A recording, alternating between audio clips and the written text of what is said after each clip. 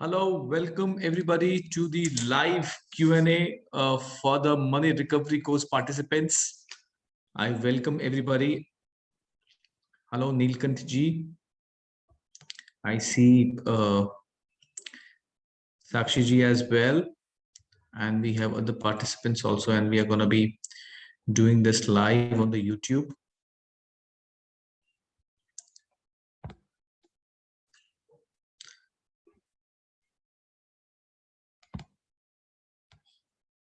I'll just make this live on the YouTube.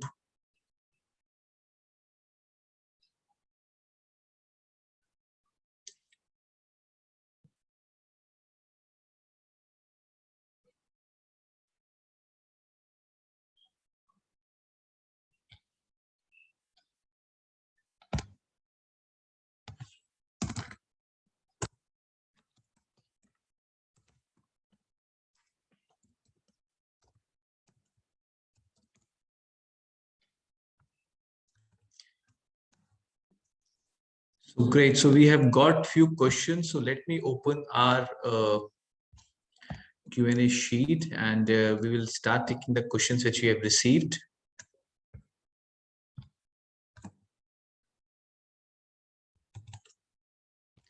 So we have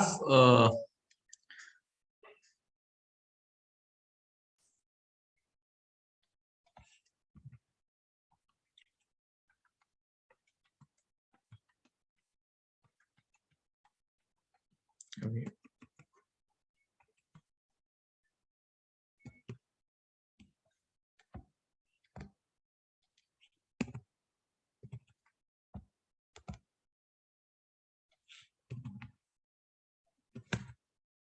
So we have got the first question from Atithi Majumdar ji. Atithi ji का सवाल है, while we are going through the training video, which will take some more time, we want to file recovery suit and send a notice to one of our customer under MSME. We are registered medium enterprise. Okay, so Atithi ji, our team will reach out to you and they'll help you with the required assistance which you need, and we shall be happy to help you in filing of your case before the MSME. Then we have next question from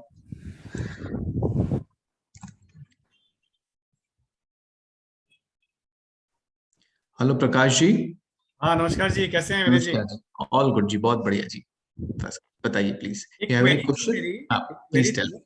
जैसे मान लीजिए आपने सब कर लिया, MSME आपने पहले चिट्ठी दी है, फिर एमएसएमई समाधान में भी केस डाले, समाधान में ऑफलाइन फाइलिंग किया 3 बार ऑनलाइन हियरिंग भी हो गई, वर्डिक्ट भी आ गया अपने फेवर में, उसके बाद में क्या करेंगे? हाँ, आपके पास बस वर्डिक्ट आ गया तो बहुत बढ़िया, कांग्रेचुलेशंस। उसके बाद भी अगर आया नहीं है, केस फाइलिंग किया तो मैंने उनको पूछा कि अब क्या होगा, बोले सेकंड हियरिंग होगी, फिर एक हियरिंग और होगी। हाँ, दे जनरली डू 3 हियरिंग्स। आपको केस फाइल करना होगा, कोर्ट सिविल केस फाइल करना होगा, ऐसा कह रहे हैं वो लोग। हाँ, तो एक बार जब आपके फेवर में ऑर्डर आ जाए तो आप उस पार्टी को भेज सकते हैं कि ये आप ऑर्डर है, इसका पेमेंट कर दीजिए, नहीं तो हमको आपके खिलाफ वारंट इश्यू करवाना पड़ेगा। And if they still don't pay, then you go to the civil court and get it executed. फिर आप जाकर सिविल कोर्ट में जाकर उसको एग्जीक्यूट करा सकते हैं, because it's like a court decree. और फिर जैसे कोर्ट अपने ऑर्डर को एग्जीक्यूट करता है वैसे उस ऑर्डर को एग्जीक्यूट करेगा, अनलेस ऑपोजिट पार्टी जो है वो उसकी अपील करे, पर उसको उसकी अपील करने के लिए 75% डिपॉजिट करना पड़ेगा, और अगर वो नहीं करता है तो वो ऑर्डर फाइनलिटी अचीव कर लेगा। सो देर सवेर फिर आपका पैसा आना निश्चित है। It is about just getting the court order executed through the civil court. मैंने सारा प्रोसेस कंप्लीट हो गया, नहीं तो ये अपने एमएसएमई समाधान के पहले ही अपने नहीं कर सकते, ये मतलब एमएसएमई समाधान करके फिर करने से बेटर रहेगा, ये कह रहे हैं आप? नहीं, एमएसएमई समाधान का जो ऑर्डर आता है, फाइनल ऑर्डर, हाँ, उसको ही एग्जीक्यूट कराना होता है आपको कोर्ट में। ओके, उस फाइनल ऑर्डर को ही एग्जीक्यूट कराएंगे, या तो वो फाइनल ऑर्डर आने पे जनरली लोग खुद से पैसा दे देते हैं आपको, और या तो उसकी अपील करते हैं। पर अपील जब करने जाते हैं तो जब समझ में आता है कि उसका 75% डिपॉजिट करना पड़ेगा, तो लोग बोलते हैं इससे अच्छा इसको सेटल करके खत्म करो। ओके। एंड जो 75% होता है वो प्रिंसिपल प्लस इंटरेस्ट का होता है, प्लस इंटरेस्ट हो गया। हाँ, तो जनरली फिर लोग बोलते हैं इसको सेटल कर लो यार, कम ज्यादा जो भी करके, और उसको खत्म करो। और नहीं करेंगे अगर वो अपील, तो वो आप ऑर्डर हैज अचीव्ड फाइनलिटी, और फिर आप उसको सिविल कोर्ट में जाकर एग्जीक्यूट करा सकते हैं। वारंट निकल जाएगा अगले के नाम से। हाँ हाँ, वो प्रोसेस होता है उनका एग्जीक्यूशन का। पहले वो नोटिस इश्यू करवाते हैं, फिर उसके बाद उनका दस्ती जाता है, वो वहाँ नोटिस देता है। ये सिविल कोड की practice city to city differ करती है, स्टेट टू स्टेट। फिर पेपर पब्लिकेशन भी होता है, और फिर भी नहीं होता तो फिर वारंट निकल जाता है अटैचमेंट वगैरह के लिए फॉर द प्रॉपर्टी। इसमें कितना टाइम लग जाता है लगभग, ये जो सिविल कोड की प्रक्रिया में हाँ हाँ एग्जीक्यूशन के लिए? So this purely depends, again civil courts are very state and city specific, generally state specific. So कैसी फंक्शनिंग है, किस शहर में है, उस पर भी डिपेंड करता है। बट जनरली जो हम समझते हैं कि 6 महीने से साल भर में अगर कोई उसको फॉलो अप करे और आपकी आपकी अच्छे लॉयर हो, तो 6 महीने से साल भर में आप उसको कर सकते हैं, you can get it done. Civil part का जो पूरा सिविल प्रोसेस कोर्ट का उसके बाद एग्जीक्यूशन में। है। But again this timeline is not tentative. ऐसा नहीं है कि 6 महीने में हो जाए, और ऐसा नहीं है कि साल भर में हो जाए। कई जगह पर लोग अगर ध्यान नहीं दे अपने केसेस, क्योंकि वो सिविल कोड है ना, यू नो कि वो फंक्शनिंग कैसे चलती है। People are also very generally a little relaxed as such. तो आप जब तक ध्यान देंगे तो आपके केस में तब तक सामने वाला भी ध्यान नहीं देता। तो हो सकता है 3-4 साल भी लोगों को लग जाते हैं उसको एग्जीक्यूट कराने में। अच्छा बट आप पे डिपेंड करता है कि आप उसको कितना जल्दी परस्यू करते हैं। और क्योंकि एग्जीक्यूशन का मामला होता है, तो उसमें कोई किंतु परंतु होता नहीं है। खट खट खट खट खट प्रोसेस से उसको नोटिस वगैरह इश्यू करना होता है, और वो प्रोसेस चलता रहता है। क्यों? क्योंकि इसको अपोज करने के लिए कोई ग्राउंड नहीं होता उनके पास, अनलेस उन्होंने अपील की हो। क्योंकि उनको सही और गलत से मतलब नहीं होता, उनको तो इस चीज से मतलब होता है कि आपके फेवर में ऑर्डर है और उसका उनको एग्जीक्यूशन कराना है, बस। एग्जीक्यूट करना। अच्छा, एक और क्वेरी थी, जैसे मेरे एक पार्टी का केस में एक हियरिंग हो गई है, पार्टी आई नहीं, सेकेंड हाँ हियरिंग हो गई, उसमें भी वो नहीं आई। हाँ जब फर्स्ट हियरिंग में जब फर्स्ट हियरिंग में हमने ऑफलाइन ये फाइलिंग किया था पेपर सारे, तो उसमें इंटरेस्ट का रहता है कि इंटरेस्ट आपने डिमांड किया है हाँ क्या, हाँ इंटरेस्ट आपको चाहिए क्या। हमने कहा कि उन्होंने कहा कि यहाँ पे लिख दीजिए as per MSME act. Details नहीं मांगा इंटरेस्ट का, खाली लिखने का, तो उसमें फिलअप मैंने जो किया उसमें लिख दिया एज पर एमएसएमई एक्ट। हाँ डिटेल शीट कुछ नहीं मांगा नहीं उन्होंने। अब वो कब मांगेंगे? सेकंड हियरिंग हो गई है, तो वो शीट कब मांगेंगे एमएसएमई डिपार्टमेंट वाले? थर्ड हियरिंग में मांगेंगे या, मतलब ये तो क्लैरिटी नहीं है मुझे, आप कैसे बताएंगे? मतलब आपने ऑनलाइन फाइल कर दिया है और ऑफलाइन फाइल कर दिया, ऑफलाइन एक भी हियरिंग हो फर्स्ट, गई। हाँ ये हियरिंग हो गई और सेकंड हियरिंग भी हो गई, हाँ, बाहर नहीं आया, और बाहर अब वो नहीं बोल रहे आया हैं कि फिर। एक हियरिंग और करेंगे हम, हाँ एक जी, चांस हाँ और दें। जी, हाँ जी। तो they themselves also have the mechanism to calculate the interest. तो जब वो इंटरेस्ट कैलकुलेट उस पे करेंगे, तो जो एमएसएमई एक्ट का जो प्रोसीजर है, जो कंपाउंड इंटरेस्ट वगैरह के मैकेनिज्म दिए हुए, उस हिसाब से वो कैलकुलेट करके ऑटोमेटिकली उसको वो ऑर्डर में डालेंगे।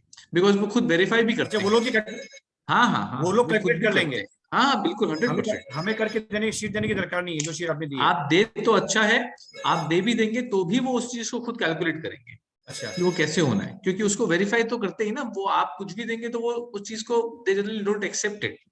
तो हम नहीं भी करें तो वो कैलकुलेट करेंगे डिपार्टमेंट वाले, करना ही पड़ेगा, एमएसएमई वाले। Because it is the mandate of the law. They have to give the interest and it has to be at 3 times of the bank rate notified by RBI. It can not be a penny more, it can not be a penny less.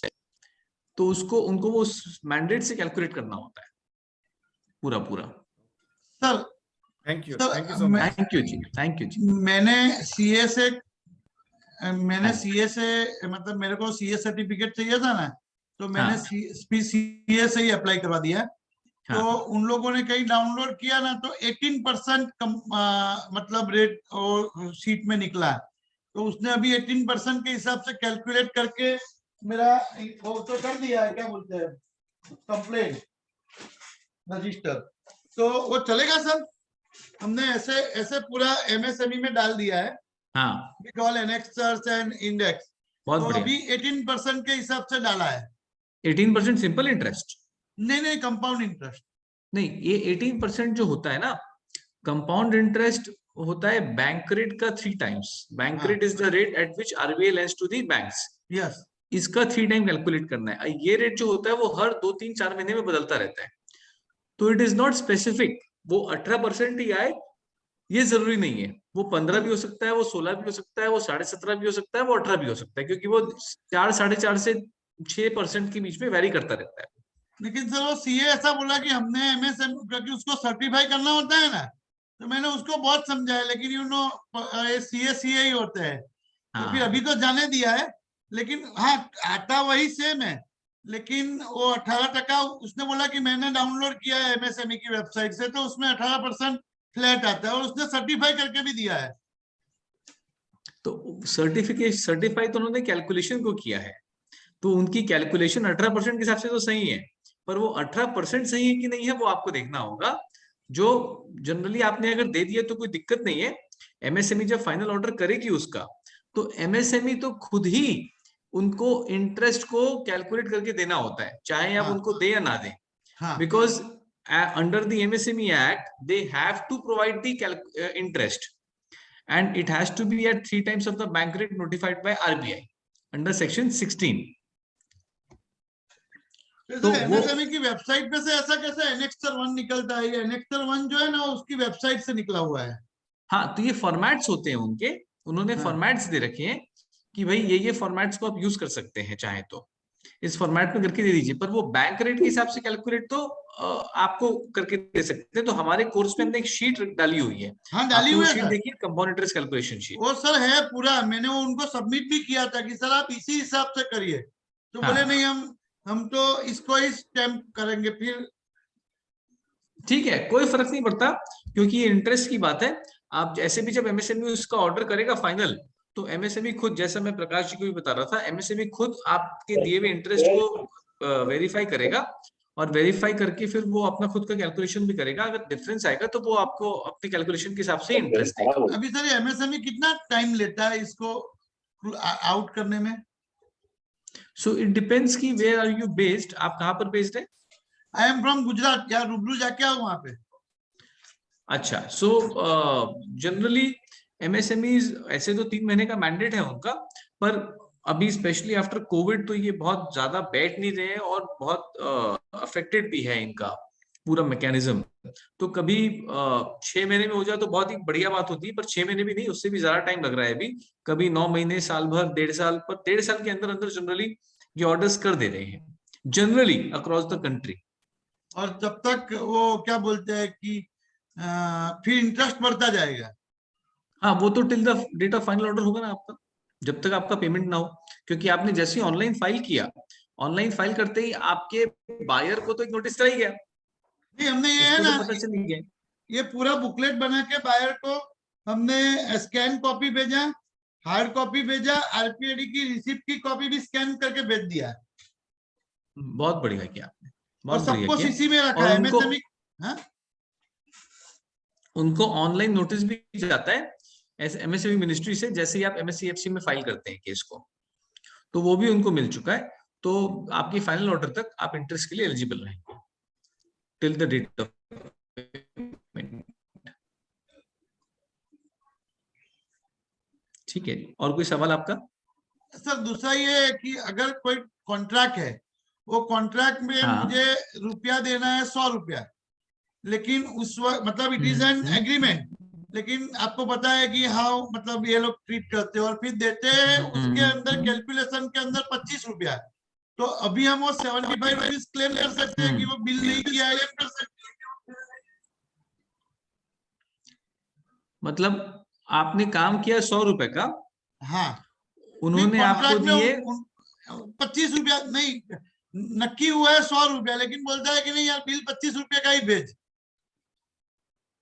बाकी 75।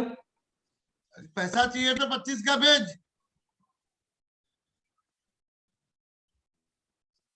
तो वो contract अच्छा, को MSME validate नहीं गिनती है, तो उसको तो बिल आप बुक। उनको, हाँ नहीं, कॉन्ट्रैक्ट को भी वैलिड गिनती है, कॉन्ट्रैक्ट साइन किया हुआ है, वो आप काम आपने किया हुआ है। हाँ, इनवॉइस भेज दिया आपने 100 रुपीज का, इनवॉइस 25 वाला। तो आप ये 25 लेके बाकी 75 का भी भेज दीजिएगा इनवॉइस। पहले 25 तो ले लीजिए, फिर 75 का भी balance payment towards work dated so and so, contract date so and so, ऐसा करते हुए उनको भेज दीजिएगा, इनवॉइस करिएगा, और फिर उसके बाद आप एमएससीएफसी में फाइल कर सकते हैं, ऑनलाइन ऑफलाइन दोनों। इनवॉइस भी फाइल करिएगा और कॉन्ट्रैक्ट भी फाइल करिएगा। ओके। और सर पर एक ही पहले पार्टी, 25 ले लीजिए। हाँ पहले 25 ले लीजिए सर। हाँ। मतलब एक ही पार्टी पे हम अलग अलग क्लेम कर सकते हैं कि पहले बैलेंस इन्वेस्ट पेमेंट फिर डिफरेंस पेमेंट, ऐसा 3-4 बार जा सकते हैं कि एक पार्टी के लिए एक ही बार जाने का? नहीं, आप अलग अलग क्लेम के लिए अलग अलग जा सकते हैं, पर अगर एक ही वर्क ऑर्डर के अंदर के क्लेम्स हैं सारे, तो सारा एक साथ ही क्लेम करिए ना, अलग अलग क्यों जाते हैं? ओके। अगर एक ही वर्क ऑर्डर में है तो 25 लेकर उसी में सारे एक दूसरे इनवॉइस में सारे अमाउंट्स को क्लेम कर दीजिए और फिर उनको रिकवरी के लिए ले लीजिए एक साथ। ठीक है जी, और कोई सवाल आपका? नहीं sir, thank you sir. I think Prakash ji is having हाँ जी, question. I just unmute. Thank you so much Neelkanth ji. Prakash ji, you may speak please. हाँ, Anybody else, if you have any questions, तो I'll request you to please raise your hand or unmute yourself and speak. हाँ जी, बताइए। मैं पूछ रहा था कि जैसे आपके ट्रेडर कोई है तो वो भी एमएसएमई में रजिस्टर हो सकता है क्या? हाँ, एमएसएमई में रजिस्ट्रेशन तो हो जा रहा है ट्रेडर्स का, उसमें कोई प्रॉब्लम नहीं है। जो पोर्टल है रजिस्ट्रेशन प्रोवाइड कर देती है ट्रेडर भी रजिस्टर और हो सकता है। सर्टिफिकेट भी प्रॉपर आ जाता है उनको, माइक्रो, स्मॉल या मीडियम। पहले ट्रेडर का नहीं था, अभी ट्रेडर का हाँ भी। हाँ हाँ, रजिस्ट्रेशन में बेनिफिट क्या कोई मिलेगा उस ट्रेडर को? नहीं, रजिस्ट्रेशन का हो सकता है, पर ये फाइलिंग के लिए जो एमएसएमई समाधान में फाइलिंग करनी है और फिर एमएससी एफसी में फाइलिंग करनी है, उसके लिए ट्रेडर्स एलिजिबल नहीं है। तो फिर क्या फायदा है इसमें रजिस्टर करके ट्रेडर को? Traders are eligible for registration under MSME. हाँ, अब ये पोर्टल है तो कई ट्रेडर्स ऐसे भी होते हैं जो सर्विस प्रोवाइडर भी होते हैं, मैन्युफैक्चरर्स भी होते हैं, प्लस सेकंड कुछ कुछ ऐसी स्कीम्स हैं जो ट्रेडर्स के लिए एप्लीकेबल है, एमएसएमई की, एमएसएमई मिनिस्ट्री की, उसके लिए उनको एमएसएमई का सर्टिफिकेट चाहिए। जैसे क्रेडिट स्कीम में वो एप्लीकेबल है। बीच में नितिन गडकरी जी ने जो इश्यू करवाया था कि क्रेडिट स्कीम के लिए सारे ट्रेडर्स भी आ जाएंगे, लोन वगैरह जो बैंक कोविड पैंडेमिक डिफिकल्टी, हाँ, लोन वगैरह की जो बेनिफिशियरी स्कीम्स है, तो उसके लिए ट्रेडर्स एप्लीकेबल है और उसके लिए सर्टिफिकेट तो एमएसएमई के पोर्टल से ही आएगा, तो रजिस्ट्रेशन हो सकता है। पर जब आप एमएसएमई समाधान में फाइल करेंगे और एमएससीएफसी में फिजिकल फाइल करेंगे और जब वो हियरिंग पे फाइलिंग भी हो जाएगी आपकी, एमएसएमई समाधान में ट्रेडर की फाइलिंग भी हो जाएगी और सामने वाले को नोटिस भी चला जाएगा, क्योंकि ये सब ऑटोमेटेड है। आपकी फिजिकल फाइलिंग हो जाएगी, जब वो हियरिंग पे आएगा और तब जब ये बात सामने आएगी कि आप ट्रेडर हैं, तो फिर उस चीज को रिजेक्ट कर देंगे। पर ये नौबत 3 महीने 6 महीने बाद आती है।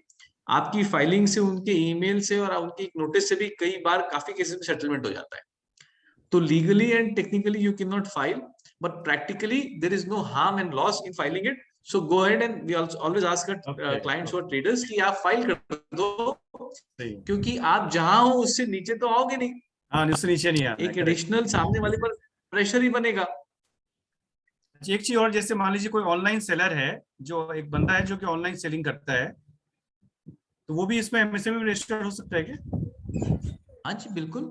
कोई ऑनलाइन ऑफलाइन की तो बात ही नहीं, कोई डिस्टिंक्शन नहीं है। सर्विस प्रोवाइडर है, मैन्युफैक्चरर है या तो ट्रेडर है। सर्विस प्रोवाइडर है, मैन्युफैक्चरर है, तो आराम से हो सकता है। मतलब वो क्या है, सर्विस प्रोवाइडर की मैन्युफैक्चरर है? नहीं, मैन्युफैक्चरर नहीं है, वो मैन्युफैक्चरर से लेते हैं और फिर वो ऑनलाइन अपना सेल करते हैं। हमसे भी लेते हैं। मतलब ट्रेडर है वो?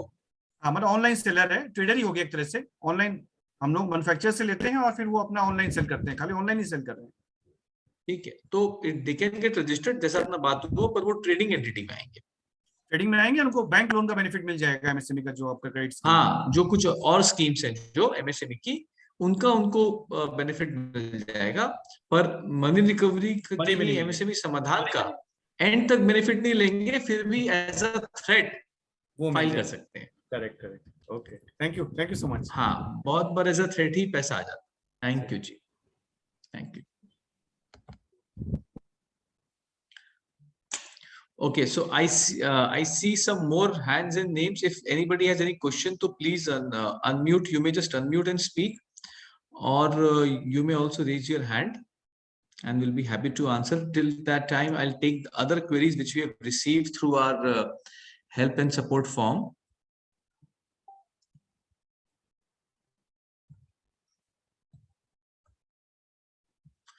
So can we complaint? ये मनीष अलग जी का सवाल है। Can we complain at MSME Samadhan if no invoice is available? That is verbal agreement. So invoice is a prerequisite. आपको एमएसएमई समाधान में फाइलिंग के लिए इनवॉइस तो चाहिए ही चाहिए। इनवॉइस नहीं है तो आप इनवॉइस कर दीजिए, आप प्रोफार्मा इनवॉइस भी भेज सकते हैं उनको। पर आपके पास कोई रिटर्न कम्युनिकेशन डिलीवरी चालान है, उसके बेसिस पे भी आप क्लेम कर सकते हैं। बट देन जनरली एमएसएमई जो काउंसिल्स होते हैं वो इनवॉइस नहीं होता तो उस चीज को आगे बढ़ाने के लिए थोड़े से हेजिस्टेंट होते हैं। And raising N invoice is not a problem at all, वो आपके हाथ में होता है। तो आप एक इनवॉइस करके ही जाइए सो दैट कि टेक्निकल ग्राउंड पे वो रिजेक्ट ना करें। Then we have another question from Manish ji. How to file an online complaint when the buyer has ledger balance showing means he's paying lump sum for invoices raised. That is, no particular invoice can be claimed unpaid. So जब ऐसा होता है कि buyer lump sum दिखाता है और आपके multiple invoices हैं, तो you should always use the FIFO method. FIFO means first in, first out. First in, first out. तो आपके जो invoices पहले के invoices हैं और तो जो पेमेंट आया है वो पहले के इनवॉइसेस को एडजस्ट करते हुए चलिए। तो पहले आपने 100 रुपीज का किया, फिर 50 का किया, फिर 40 का किया, फिर 30 का किया। और मान लीजिए बायर ने 80 रुपीज दिए, तो ये 80 रुपीज को आपकी जो पहला वाला 100 रुपीज का है उसमें सेटल करिए। फिर उसने 50 दिया तो जो 100 का अमाउंट बचा उसमें सेटल करिए, जो बैलेंस है उसको नेक्स्ट इनवॉइस में सेटल करिए। इससे दो फायदे होते हैं, एक आपके पुराने ड्यूज क्लियर होते जाते हैं सारे के सारे, जिससे कि आपको इजी होता है अकाउंटिंग के लिए एंड यू नो कि कौन सा पेंडिंग है। दूसरा कि लिमिटेशन का जो अगर कोई चैलेंज कभी होता है, जो बहुत पुराने इनवॉइसेस हैं वो पहले आप पेड दिखा देंगे, तो जो बाद के इनवॉइसेस होंगे, जो लेटेस्ट इनवॉइसेस होंगे, वही आपके पेंडिंग दिखेंगे। इससे जरूर आपका इंटरेस्ट थोड़ा कम हो सकता है, but this is a better way to do it so that you have a consistency और आपको क्लैरिटी रहेगी क्या एक्चुअली ड्यू है।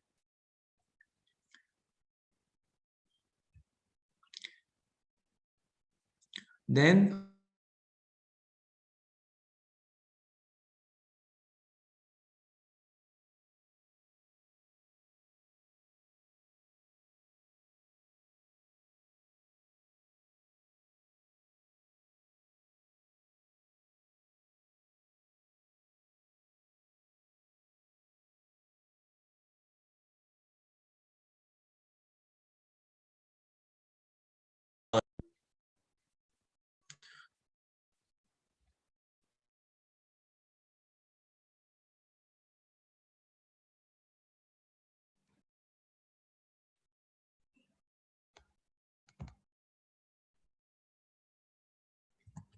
so by unit registration certificate we mean if you are a registered private limited company, public limited company, LLP, तो फिर आप अपना ROC का रजिस्ट्रेशन सबमिट कर सकते हैं या आपका GST का रजिस्ट्रेशन भी सबमिट कर सकते हैं अगर आपके पास ROC का ना हो तो।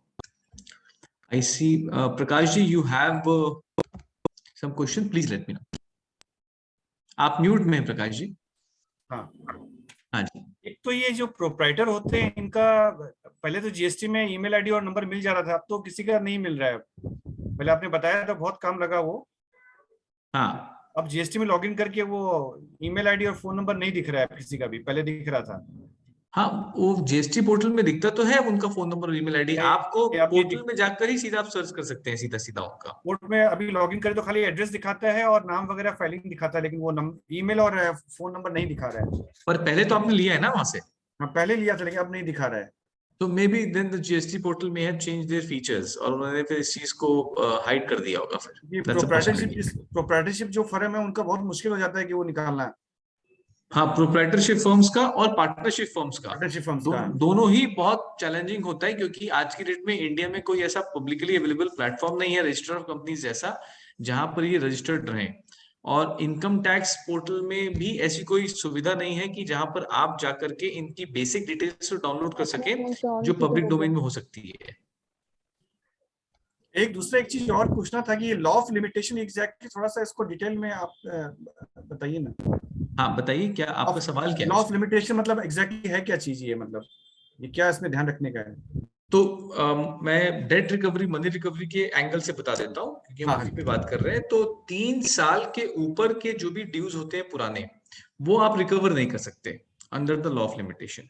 आप उनको रिकवर नहीं कर सकते, उसके लिए आप कोई सिविल कोर्ट में केस नहीं कर सकते, आर्बिट्रेशन में नहीं जा सकते, ये बोला गया है। अब इनकम टैक्स हिसाब से नहीं, लॉ ऑफ लिमिटेशन एक्ट ही एक एक्ट बना हुआ है। जिस दिन से भी आपका वो पैसा ड्यू हुआ तो उसके बाद तक 3 साल तक अगर कोई भी आपका इस बीच में कोई भी कम्युनिकेशन नहीं हुआ है, मैसेज, लेटर, ईमेल या कोई भी पैसे का आदान प्रदान नहीं हुआ है, तो फिर 3 साल के बाद उसको नहीं कर सकते। बट हैविंग सेड दैट, अगर इस 3 साल के बीच में उनकी तरफ से कोई ऐसा रिजेक्शन आ गया कि भाई आपने पैसे मांगे, लिखित में उन्होंने बोल दिया कि नहीं हमको नहीं देना है, तो वहां से आपका 3 साल का लिमिटेशन चालू होता है, पहली बात।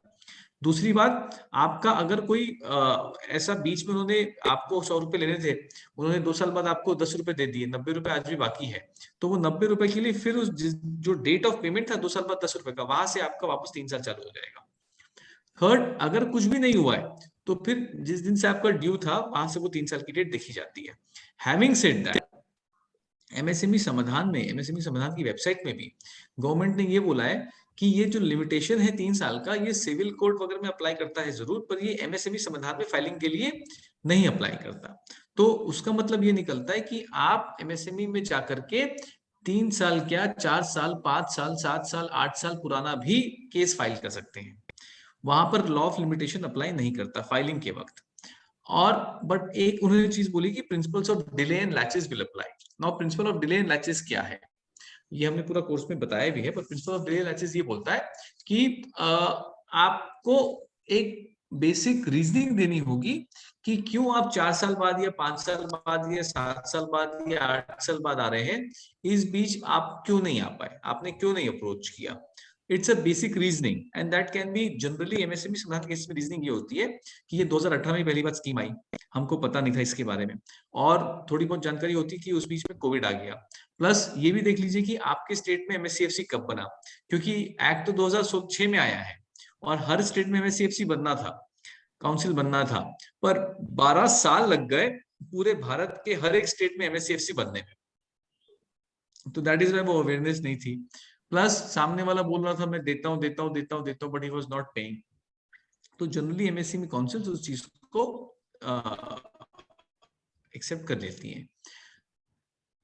लेकिन इसका एक दूसरा पहलू ये है कि आप फाइलिंग तो कर सकते हैं एमएसएमई समाधान में, और फाइलिंग होकर उनको नोटिस भी चला जाएगा, जैसे हमने बात की कि ट्रेडर फाइलिंग कर सकता है और सामने वाले को नोटिस भी चला जाएगा, और आप फिर फिजिकल फाइलिंग भी कर सकते हैं। तो पहले एमएसएमई समाधान जब फाइल करते हैं तो उसमें पहला स्टेप होता है कंसिलिएशन। कंसिलिएशन मतलब कि वो कोशिश करते हैं कि दोनों पार्टीज आपस में बैठ करके म्यूचुअली सेटलमेंट कर लें उसको और उस मामले को क्लोज कर लें। अगर वो नहीं होता तब फिर एमएससीएफसी काउंसिल चाहे तो फिर उसको आर्बिट्रेशन की तरफ ले जाती है। तो अभी रिसेंटली सुप्रीम कोर्ट का एक जजमेंट आया कि एमएसएमई एक्ट के अंदर ये जो आर्बिट्रेशन होता है जो एमएससीएफसी काउंसिल करती है, इस पे लॉ ऑफ लिमिटेशन अप्लाई करेगा। मतलब अगर 3 साल से पुराने ड्यूज अगर हैं तो उस पे लॉ ऑफ लिमिटेशन अप्लाई करेगा और उसको फिर काउंसिल सुनकर उस पे ऑर्डर ना करे। पर ये रीसेंट जजमेंट है, ये किसी को पता है और किसी को नहीं पता है। तो अनलेस एंड अनटिल आपकी काउंसिल को ये पर्टिकुलर जजमेंट की जानकारी हो, जो हो सकता है हो और हो सकता है ना हो, एंड सेकेंड की आपको अपोजिट पार्टी भी अगर इस चीज को क्लेम ना करे तो आपके केसेस में नॉर्मल ऑर्डर होकर वो आगे बढ़ सकता है। और अगर वो ये क्लेम करते हैं और काउंसिल को इसकी जानकारी हो, तो अगर आपका सेटलमेंट नहीं हुआ, जो थ्रेट मैकेनिज्म होता है कि आपने फाइल कर दिया, उनको नोटिस चला गया, ईमेल नोटिस चला गया, फिर फिजिकल हियरिंग का नोटिस आ गया, तो ऐसे केसेस में हमेशा कोशिश करिए कि आपका आपस में जब फर्स्ट सेकंड हियरिंग में बातचीत हो रहा है तभी कम ज्यादा करके सेटलमेंट हो जाए, अगर आपके ड्यूज 3 साल से पुराने हैं तो। क्योंकि अगर वो आर्बिट्रेशन की तरफ गया तो फिर लॉ ऑफ लिमिटेशन के अंदर उसको एमएसएमई काउंसिल नहीं सुन पाएगा और वो आगे जाकर डिसमिस कर सकती है वो। क्योंकि रिसेंट ये सुप्रीम कोर्ट ने जजमेंट दिया है कि एमएसएमई एक्ट के अंदर आर्बिट्रेशन में भी लॉ ऑफ लिमिटेशन अप्लाई करेगा। It's a very recent judgment. तो क्रक्स ये लॉ ऑफ लिमिटेशन का कि 3 साल के अंदर अंदर आपको अपने केस को फाइल करना है, जब से आपका पैसा ड्यू है, या तो जब भी पिछली बार उसने सामने वाले ने लिखित में मना किया, या जब भी उसने पिछला अमाउंट दिया।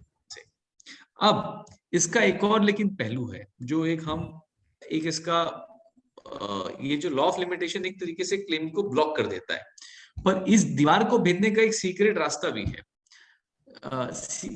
क्या है वो कि सेक्शन 22 जो है एमएसएमई एक्ट का, वो ये बोलता है कि कोई भी माइक्रो या स्मॉल एंटरप्राइज का जो बायर होता है, अगर उसने 45 दिन में पेमेंट नहीं किया तो उसको अपने ऑडिटेड अकाउंट्स में इस जानकारी को देना है। ये समझ में आया आपको? 45 दिन में अगर उसने आपको पेमेंट नहीं किया, आप माइक्रो स्मॉल एंटरप्राइज है, तो आपके बायर को उसके ऑडिटेड अकाउंट्स में ये जानकारी देनी जरूरी है as per the act. Second, अगर वो प्राइवेट लिमिटेड कंपनी है या पब्लिक लिमिटेड कंपनी या एलएलपी है, और अगर वो ministry of corporate affairs MCA के साथ रजिस्टर्ड है, तो उसको हर 6 महीने में एक फॉर्म भी भरना है। एक नोटिफिकेशन निकाला मिनिस्ट्री ऑफ MSME ने 2 जनवरी 22 नवंबर 18 का और 2 जनवरी 19 का मिनिस्ट्री ऑफ कॉर्पोरेट अफेयर्स ने निकाला कि एक उन्होंने फॉर्म बना दिया MSME फॉर्म 1 कि किसी भी बायर ने जो भी 45 दिन के अंदर उसने पेमेंट नहीं किया किसी माइक्रो स्मॉल एंटरप्राइज को, तो उसको ये फॉर्म में जानकारी देनी है। और उसमें उन्होंने ये बोल दिया कि जब ये फॉर्म आया 22 जनवरी 2019 तक, तो पहली बार जब वो ये फॉर्म भरेंगे तो उसमें पूरी इंफॉर्मेशन दे दे कि उस डेट तक कितने माइक्रो स्मॉल एंटरप्राइज का पेमेंट नहीं हुआ है। अब और उसके बाद फिर हर 6 महीने में देते जाए। मैं आपसे वो let me just share my screen.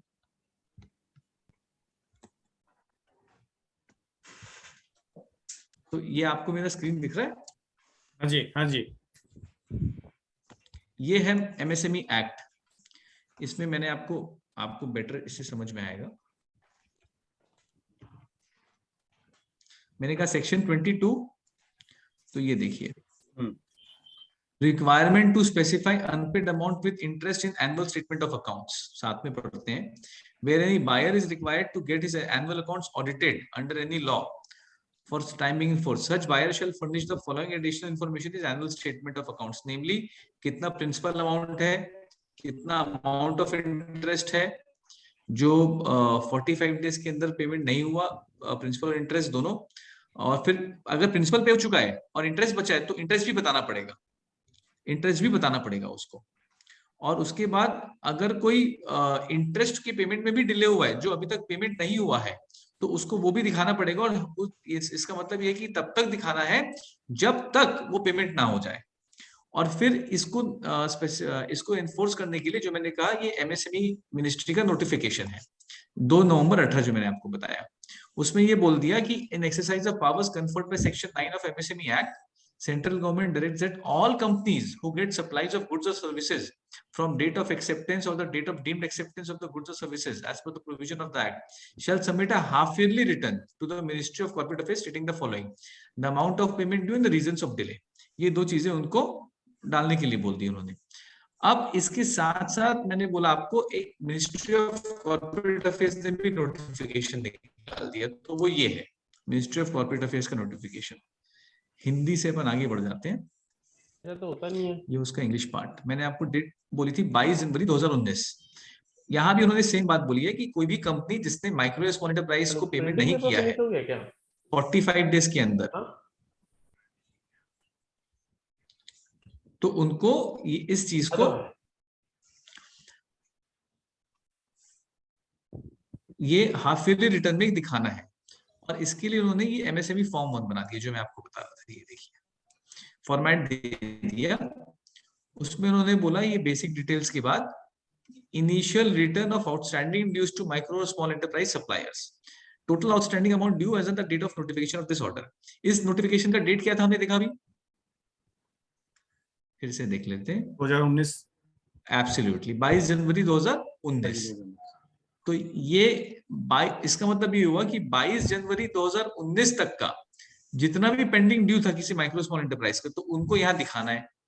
Plus साथ में गवर्नमेंट ने बोला कि आप फिर बाकी और डिटेल्स भी दो सप्लायर की, जैसे किस फाइनेंशियल ईयर का है, सप्लायर का नाम क्या है, उसका पैन क्या है, कितना अमाउंट है और किस डेट से ड्यू है।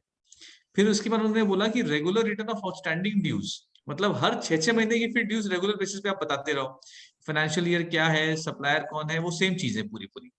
और फिर सेम अक्टूबर से मार्च के लिए भी बताओ। और फिर उन्होंने यहाँ ये भी बोल दिया कि रीजन बता दो कि क्या रीजन था जो आपने पेमेंट नहीं किया। फिर एक बहुत अच्छी चीज ये कर दी, एक नोट दे दिया, attention is drawn to the provision of subsection 4 of section 405 of Companies Act which provide for punishment for any information statistics which is incorrect or incomplete in any material respect। मतलब उन्होंने ये बोल दिया कि अगर किसी ने ये जानकारी नहीं भरी या अधूरी भरी तो इसको क्रिमिनल ऑफेंस बना दिया गया। सामने वाले को इसमें 2 से 3 महीने की जेल भी हो सकती है और द कंपनी में also be liable to fine. अब इसका एडवांटेज क्या हुआ, ये कैसे लॉ ऑफ लिमिटेशन को किल करता है। तो रिसेंटली सुप्रीम कोर्ट ने एक और जजमेंट दिया है जिसमें सुप्रीम कोर्ट ने ये बोला कि कोई भी कंपनी जब अपने ऑडिटेड अकाउंट्स में या किसी फॉर्म में कोई भी पेंडिंग ड्यूज को दिखाती है तो वहां से उसका जो लिमिटेशन है वो 3 साल का फिर से चालू हो जाता है आपका।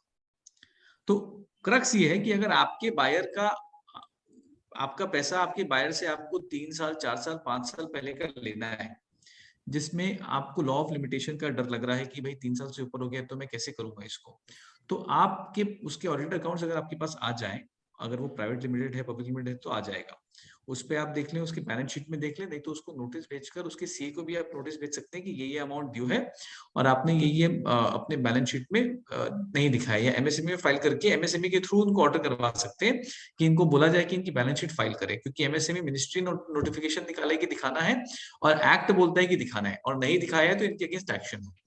तो ये एक तरीका है जिससे कि आप लॉ ऑफ लिमिटेशन को ओवरकम कर सकते हैं। ये जैसे ये तो अपने कंपनी के लिए अपने ये निकाल सकते हैं, ये जो कोई प्रोप्राइटर है या पार्टनरशिप है उनके लिए भी ये नियम है कि उनको भी फाइल करना पड़ेगा ये? हाँ जी, सेक्शन 22 हमने देखा ना, मैं आपसे फिर से शेयर करता हूँ। कोई भी हो, प्रोप्राइटर हो या सेक्शन, हाँ सेक्शन 22 ये बोलता है कि कोई भी बंदा, कोई भी बायर जिसका अकाउंट्स ऑडिट होता है, ऑडिट होना चाहिए उनका, और ऑडिट तो सभी का होता है जनरली, अगर ऑडिट नहीं होता उसका तो फिर वो नहीं आएगा इसमें, पर अगर ऑडिट होता है अंडर एनी लॉ तो फिर उसको अपने एनुअल अकाउंट्स में ये सब चीजें दिखानी पड़ेगी, कितना प्रिंसिपल ड्यू है, कितना इंटरेस्ट ड्यू है, प्रिंसिपल दे दिया तो इंटरेस्ट कितना बचा 45 दिन के ऊपर देने वाला, और नहीं भी दिया तो फिर पिछले साल का कितना है वो तब तक दिखाते रहना पड़ेगा जब तक उसका पेमेंट नहीं होता। बायर कोई भी हो, प्रोप्राइटर हो, पार्टनरशिप, एनी बायर, हाँ पार्टनरशिप हो, प्रोप्राइटरशिप हो, प्राइवेट लिमिटेड हो, पब्लिक लिमिटेड, कोई भी हो, हर किसी को दिखाना है। ठीक है, ये मैंडेट है और ये लाया गया है सेक्शन ताकि लॉ ऑफ लिमिटेशन को ओवरकम कर सके, क्योंकि जैसे ही दिखाया वहां से लिमिटेशन फिर चालू हो गया और हर साल दिखाते रहना है। सर अभी हम कौन सी साइज के बायर पे ये क्लेम कर सकते हैं, मतलब वो कॉर्पोरेट होना जरूरी नहीं है, क्योंकि मैं ये डिस्कशन में ऐसा देख रहा हूँ कि अगर प्राइवेट प्रोप्राइटर या पार्टनर है तो भी चलेगा। हाँ, आप पार्टनर या प्रोप्राइटर है तो उसके अगेंस्ट भी क्लेम कर सकते हैं। बायर बड़ा कंपनी होना जरूरी है कि ऐसा नहीं है? कोई जरूरी नहीं है, वो बायर छोटा कंपनी है पर उसका ऑडिट होता है तो उसको अपने ऑडिट अकाउंट्स में दिखाना पड़ेगा इस चीज को, और आप उसके अगेंस्ट क्लेम कर सकते हैं। मतलब सर वो तो उन लोग मैंने जो किया है ना, उन लोगों ने जो ऐसा लेटर मुझे भेजा ही था कि आपका कितना रुपया, हम इतना रुपया हमारे पास बाकी है, कंफर्म कीजिए, या तो हम इतना ही कंसीडर कर रहे हैं अभी, तो ये उस वक्त उन लोगों ने, और last communication is considered for the law of limitation, और yes last communication, last payment, both whichever is later, whichever is later. और सर अगर हमने हमारा रजिस्ट्रेशन बिफोर द, मतलब रजिस्ट्रेशन 20 में हुआ है और बिजनेस 19 में हुआ है, तो वो तो आपने बोला है कि इट इज नॉट, मतलब चलेगा, बिकॉज बहुत सारे हाई कोर्ट्स के ऐसे जजमेंट्स हैं जो ये बोलते हैं कि registration is not a mandatory condition, it's only a procedural requirement. हाँ, इट्स अ प्रोसीजरल रिक्वायरमेंट, और अगर लॉ पता नहीं है तो कोई ऐसा नहीं है कि नहीं देना चाहिए पैसा, अगर किसी को इग्नोरेंस है या नॉलेज नहीं है तो इश्यू नहीं है। ओके, हाँ, आप एमएसएमई को वो बता सकते हैं कि बहुत सारे हाईकोर्ट्स ने बोला हुआ है, फिर भी काउंसिल से ऑब्जेक्शन ले भी सकती है, पर जब आप उनको बताएंगे तो दे विल। और सर अगर ये इन लोगों ने, क्योंकि मुझे नहीं लगता कि कोई सीए को पता है, मतलब बहुत सारे को, कि ये सब छोटे कि ये सब पेमेंट्स और इंटरेस्ट भी दिखाने का है, तो इंटरेस्ट कौन कैलकुलेट करेगा? क्लाइंट कैलकुलेट करेगा या वो खुद करेंगे? वो खुद करेंगे, वो तो वो करेंगे और उनका सीए करेगा, आप कैसे करेंगे? वो तो सीए की ड्यूटी है। हाँ, सीए की ड्यूटी है, वो हम मानते हैं, और उनके सीए की ड्यूटी है कि उसको कैलकुलेट करके एक्ट के हिसाब से कैलकुलेट करके दिखाएं उसमें, वो सीए की ड्यूटी है। हाँ जी, तो सर फिर वो बताएगा तो ऑटोमेटिक वो हमारी रिकवरी हो गई ना। वो तो अगर उसने ऑडिट में बताया है कि भाई मुझे इनको 10 लाख रुपया प्रिंसिपल देना है और 4 लाख रुपया इंटरेस्ट देना है, तो वो तो हमारा आउटस्टैंडिंग उसकी बुक्स पे हो ही गया। बस तो आपने बिल्कुल कंसेप्ट पकड़ लिया आपने, यही तो गवर्नमेंट चाहती है, जैसे ही बुक्स में दिखाया अगर नहीं तो एक्सेप्टेंस हो गया, वो अगर नहीं बताया तो क्रिमिनल ऑफेंस हो गया है, तो और नहीं दिखाया तो क्रिमिनल ऑफेंस हो गया, वो it's a violation of a section which is passed by the parliament, it's violation of law, you can file complaint against them before the MSME ministry और टेकअप कर सकते हैं, उसके सीए को नोटिस भेज सकते हैं आप कि भैया इतना इतना मेरा ड्यू है, ये इनवॉइस है, ये चालान है, ये वर्क ऑर्डर है, आपने क्यों रिस्पॉन्सिबिलिटी नहीं हो गई दिखाया? ना सर, सीए की रिस्पॉन्सिबिलिटी हो गई है, बिल्कुल। बिफोर ऑडिटिंग ही हैज टू फाइंड आउट कि भाई किसको कितना पैसा देना है और इसका इंटरेस्ट आप पे इतना ड्यू है, और मेरे बिल्कुल। ख्याल से वो इंटरेस्ट को वो लोग एक्सपेंस में बाद नहीं देते हैं। नहीं देते, तो क्योंकि सर क्यों नहीं payment देते? करना ही पड़े ना सर। बिल्कुल क्यों नहीं देते, क्योंकि वो उसको एक्सपेंस में as per the law claim भी नहीं कर सकते। तो सर गवर्नमेंट ने मतलब ये भी बोल किसी का दिया, पैसा रोकना मतलब ही नहीं है ना। हाँ पैसे रोकने का मतलब ही नहीं। मैं आपको ये भी सेक्शन दिखाता हूँ, सेक्शन 23, इसके ठीक बाद वाले सेक्शन में क्या बोला जो आप बोल रहे हैं ना, गवर्नमेंट ने ये बोला interest not allowed as deduction from income notwithstanding anything contained in income tax act. Income tax में क्या लिखा है उसको दरकिनार करते हुए, the amount of interest payable और paid by any buyer under or in accordance with the provision of this act shall not for the purpose of computation of income and income tax act be allowed as deduction। मतलब ये कि अगर उन्होंने आपको 10 लाख रुपए का interest पे किया है तो वो 10 लाख रुपए के इंटरेस्ट को खर्चे की तरह नहीं डिडक्ट कर सकता, पूरे उसको 10 लाख पे इनकम टैक्स लगेगा। और सर दूसरा ये है कि ये लोग को जो सीए को इंटरेस्ट कैलकुलेट करना है दिखाने के लिए ऑडिट में, वो 3 times आरबीआई या नेचुरल इंटरेस्ट, मतलब 3 times of the bank rate notified by RBI। मतलब as per the law As ही per उनको एक्सपेंस में मतलब वो ऑडिट हाँ रिपोर्ट ये में लिखा है लिखा ना, the amount of interest paid by the buyer in terms of section 18, as per the law ही करना है उसको। अभी सर मैं दूसरा एक क्वेश्चन की मान लो कि अभी मेरा क्लेम है वो 40 लाख रुपीस का है और मेरा हाँ जी। प्रिंसिपल है 20 लाख रुपीस। अभी मान लो जो हाँ जी। लेटर ऑफ डिनायल वाला मैं लाता हूँ, अगर मैं पहले 20 लाख ले लेता हूँ और बिफोर एमएसएमई में उसको सेटल कर लेता हूँ कि भाई हाँ ये पैसा मुझे मिल गया और मैं छोड़ देता हूँ बाकी का, और उसके बाद 48 घंटे में मैं डिनायल इश्यू कर सकता हूँ ना, कहीं पे भी साइन करने के बाद भी कर सकते हैं। ये तो ऐसे ही बात हुई ना सर कि मान लो कि कल उठ के मेरे को काउंसिल ने बुलाया, बोले यार तुम प्रिंसिपल छोड़ ले लो, इंटरेस्ट को छोड़ दो, बराबर है, और फिर मैंने लिख लिया कि ओके मैं प्रिंसिपल ले लेता हूँ, इंटरेस्ट छोड़ देता हूँ। एक मिनट, काउंसिल के सामने बोलने के बाद नहीं, हाँ आपस पार्टीज के बीच में आके के बाद आप डिनाइल कर सकते हैं, पर आपने काउंसिल के सामने एग्री कर लिया, फिर आप ये नहीं बोल सकते कि डिनाइल करूंगा मैं, फिर डिनाइल नहीं कर पाएंगे आप।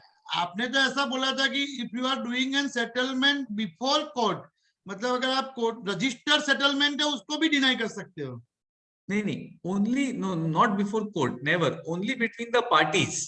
हमने ये बोला है कि जब भी आप कोई आपसी पार्टी अगर आपको फोर्स करती है, जैसे आपके क्लाइंट ने बोला 100 का काम किया है, पैसा चाहिए तो 25 ले लो, हाँ नहीं तो पैसा ही नहीं मिलेगा, हाँ तो वहां 25 ले लो, वो हो सकता है वहां पर आपसे एनओसी साइन करवाए, हाँ 25 लेके तुरंत 24 घंटे 48 घंटे में उसको डिनाई कर दो कि भाई under coercion miss using his dominant position ये मेरे को साइन करवाया ताकि पैसा बाकी मेरे को मिल सके, पर मैं इसको डिसरिगार्ड करता हूँ।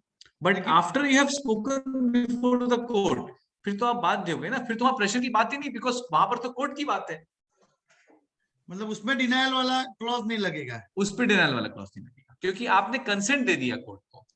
कंसेंट दे दिया। नहीं वो मैं ऐसा समझा था कि आप वहां पे भी पैसा लेने के बाद if you are doing an registered settlement उसके बाद भी आप डिनायल भेज सकते हो।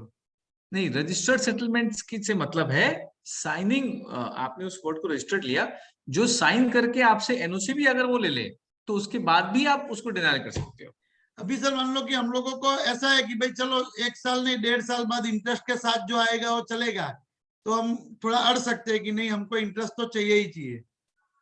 हाँ आप चाहो तो अड़ सकते हो, पर वो केस टू केस देख लेना चाहिए कि सामने वाला क्या होता है, 1-1.5 साल में सामने वाले की क्या स्थिति रहेगी, और उस पैसे को यूज करके there is an opportunity cost also. तो हमारे हिसाब से तो जो आपको उस वक्त मिल रहा है वो ले लीजिए। उसका एक फायदा ये भी होता है कि फिर वो श्योर शॉर्ट हो गया आपका अमाउंट, हाँ कि भाई इसने माना, इसने इतना पे किया, इतना माना, इतना प्रिंसिपल पे किया, तो इंटरेस्ट भी बनता है, किंतु परंतु की बात खत्म हो जाती है। डिस्प्यूट में जाता है मामला तो फिर लंबा तो खिंचाता ही है। हाँ लंबा खिंचता है एमएसएमई में भी। हाँ भाई 1.5-2 साल कोई बहुत बड़ी बात थोड़ी होती है, कभी कभी 1.5-2 साल तक भी मामले खींच जाते हैं। अच्छा अब कोई ये सब कोविड है, अब लोग बोल रहे हैं कि fourth wave, so who knows.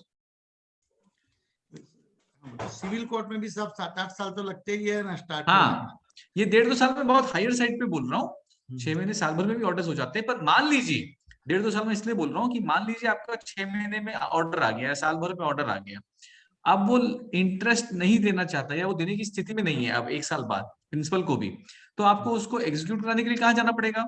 Civil court. तो वहां आपको फिर एक और एडिशनल 1 साल लग जाएगा। हाँ। तो आपका 2 साल तो मिनिमम हो ही गया। अभी सर दूसरा मान लो हमने अभी फाइल कर दिया है, और दूसरा पेपर प्रैक्टिस मतलब न्यूज़पेपर में कि भाई ये संस्था पे ये एमएसएमई में केस फाइल हुआ है, मतलब इमेज को डेंट मतलब एक क्या बोलते हैं अभी ये वॉर में क्या करते हैं, साइकोलॉजिकल वॉरफेयर। तो ऐसा हम कर सकते हैं क्योंकि कोई प्रोजेक्ट ऐसा हो जिसमें गवर्नमेंट की इज्जत लगी हुई हो, प्राइवेट कंपनी हो, है तो ऐसा हम कर सकते हैं कि वो न्यूज़पेपर में भी दे दी है। There is nothing in law, लोग तो अपने पब्लिश करते हैं, आप तो अपना प्राइवेट पब्लिकेशन कर रहे हैं, ऐसे भी अपनी सूचना के हिसाब से बोल रहे हैं, जो आप लिख रहे हैं वो सही हो, उस चीज को ध्यान रखिए, सामने वाला उस चीज को डिनाई करेगा। हाँ। ठीक है जी, ठीक है, ठीक है। थैंक यू जी। प्रकाश जी, आपका कोई सवाल है? जैसे दूसरे शहर की बायर है, तो हमने उन्हें माल ऑर्डर के बाद जो माल डिस्पैच किया ट्रांसपोर्ट से, हम लोगों ने एलआर को जो है, एलआर और फाइनल बिल कॉपी को स्पीड पोस्ट से भेज दिया, उन्होंने उसको रिसीव कर लिया। तो ये एक इम्पोर्टेंट हो गया कि एक्सेप्टेंस ऑफ या एक्सेप्टेंस हो गया, बिल्कुल हो गया। स्पीड पोस्ट बेस्ट है या और क्या, ये यही सही है? ईमेल ईमेल में उनका आपको जवाब आना चाहिए, जवाब नहीं आया तो फिर तो कोई मतलब नहीं है। तो भी क्या दिक्कत है, आपको स्पीड पोस्ट का भी जवाब कहाँ आया? स्पीड पोस्ट जवाब तो नहीं है, बस। अच्छा ईमेल कर दिया कि आपको ये एलआर और ये बिल भेजा है, please acknowledge the same. No, ये भी मत लिखना प्लीज एक्नॉलेज द सेम, हाँ, please reply in case of any discrepancy, ऐसा लिखिए। अच्छा अच्छा, और रिप्लाई नहीं है तो डिस्क्रिपेंसी नहीं है, तो ये एक्सेप्ट माना जाएगा ईमेल को भी। 100% ईमेल को भी एक्सेप्टेंस माना जाएगा। दूसरा एक चीज, जैसे कोई पार्टी है उसका अपने को चेक करना हो कि सिविल रिपोर्ट, तो अपने चेक कर सकते हैं, कोई तरीका है कि अपने उसको मालूम चल जाए कि ये पार्टी सही है या नई पार्टी है, तो या कोई तरीके से अपने डीलिंग करने से पहले, क्रेडिट देने के पहले मालूम कर लें, मालूम चल जाए अपने को। ऐसा जनरली आपको जरूरत पड़ती रहती है क्या, एज अ बिजनेस ओनर, आपको या बाकी लोगों को भी? कि हम लोग के ट्रेड में ऐसा जरूरत नहीं पड़ती, पर ट्रेड हमारे जो गारमेंट ट्रेड में क्रेडिट का बहुत बड़ा ये सालों से चला रहा है कि क्रेडिट पे ही माल जाता है। पार्टी को आदत पड़ी हुई है कि पूरे ट्रेड में ही कि क्रेडिट पे ही माल लेंगे, तो ये एक प्रॉब्लम जैसे अभी आप ऐसा, आई टू माय नॉलेज मुझे जानकारी नहीं है इस बारे में ज्यादा कि आप ऑनलाइन चेक कर सकते कि नहीं कर सकते। सिविल में वो आप गूगल सर्च करके देख सकते हैं, पर मुझे ऐसा लगता है कि वो ऑनलाइन नहीं कर पाएंगे लिटरली, इनफैक्ट, क्योंकि ये अवेलेबल होती नहीं है। These are very specified and paid subscriptions. Okay okay, मैं 1 मिनट आपके लिए ऑनलाइन सर्च करके देख रहा हूँ, मुझे नहीं लगता कि आप कर सकते हैं, but I don't know the concrete answer to your question. कल मैंने एक वेबिनार अटेंड किया था, हम लोग एक एसोसिएशन है हमारी बॉम्बे की, हाँ जी, तो उन्होंने एक बातचीत कर रहे हैं वो लोग एसबीआई इंश्योरेंस से, तो वो कह रहे हैं कि आप क्रेडिट को इंश्योर कर लीजिए हमारे साथ में, आप पार्टी का पैन नंबर या जीएसटी नंबर दीजिए, हम आपको बता देंगे कि अगर ग्रीन सिग्नल है तो आप हम इसका क्रेडिट इंश्योर करेंगे, हमारे कवरेज में है, आप गुड्स डिस्पैच कर सकते हैं, अगर येलो है तो सोच समझ के करिए, रेड है तो नहीं करना है आपको, खाली पैन नंबर। किसने बोला आपको ऐसा? कल एक हमारी इंश्योरेंस कंपनी ने? हाँ, एसोसिएशन है, उन्हें बातचीत कर रहे हैं, वो एसबीआई इंश्योरेंस से, तो उनका प्रेजेंटेशन था एसबीआई इंश्योरेंस का, वो क्रेडिट को इंश्योरेंस की पॉलिसी उन्होंने निकाली है क्रेडिट इंश्योर करने के लिए। हाँ जी, हाँ जी। उन्होंने कहा कि जब आप उसको हमारी सर्विसेज लेंगे उनकी हम लोग, तो आप पार्टी का जीएसटी नंबर या पैन नंबर देंगे तो वो लोग चेक करके बता देंगे कि ये ग्रीन है कि येलो है कि रेड है, मतलब। हाँ एग्जैक्टली, मैं आपको भी बोलने वाला था कि या तो आपके कोई बैंक में आपके कोई मित्र हो या तो आपके कोई एजेंट्स हो, तो उनके पास सिविल का पूरा एक्सेस होता है काफी डीप लेवल और काफी हाई लेवल तक। तो जैसे एसबीआई लाइफ इंश्योरेंस वही चीज होगी, तो आप उनके साथ वो कर ले, तो वो आपको चेक करके, क्योंकि उनको लोन देने के लिए, इंश्योरेंस देने के लिए सिविल चेक करना ही होता है। जैसे ये देखिए, मैंने गूगल किया सिविल ऑफ विनय कुमार जैन, तो ये सिविल के सब्सक्रिप्शन प्लान्स हैं, ओके तो या तो फिर आप ये ले लें. I mean this is not my subject, but thinking loud, but there is no, to answer your question, there is no publicly centralized platform where you can go and check. एक जो बनने वाला था और जो शायद बनने वाला अभी भी है पर अभी तक बना नहीं है, वो है जीएसटी पोर्टल. जीएसटी पोर्टल में under the GST act government ने rating, compliance rating, vendor rating का एक कॉन्सेप्ट इंट्रोड्यूस किया है एक्ट में, पर 2017 के एक्ट में लिखा हुआ है वो, पर उसको अभी तक इम्प्लीमेंट नहीं किया क्योंकि ऑब्वियसली पोर्टल अभी भी अपनी खुद की चैलेंजेस से जूझ रहा है वो.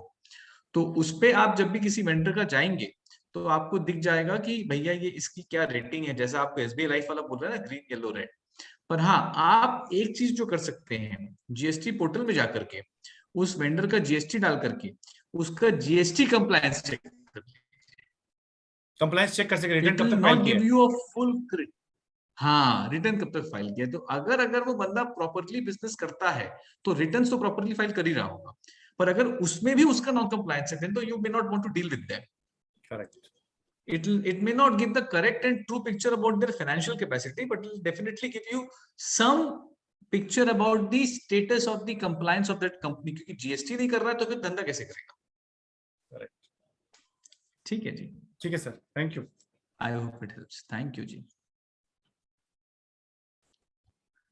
हाँ जी नीलकंठ जी. सर मैं ये पूछ रहा था कि बिफोर मतलब 4-5 साल पहले मुझे सुनने में आया था कि अगर कोई बंदा एमएसएमई के बेनिफिट्स ले रहा है, जैसे कोई कंपनी है उसने वो क्या बोलते हैं लोन के अंदर सब्सिडी ले रहा है, सब ले रहा है, और अगर वो किसी का पेमेंट नहीं करता है एमएसएमई का, तो उस पे भी रोक आ सकती है गवर्नमेंट की तरफ से कि भाई आप एमएसएमई का पेमेंट नहीं करोगे तो सब्सिडी हम रिलीज नहीं करेंगे या ये नहीं करेंगे.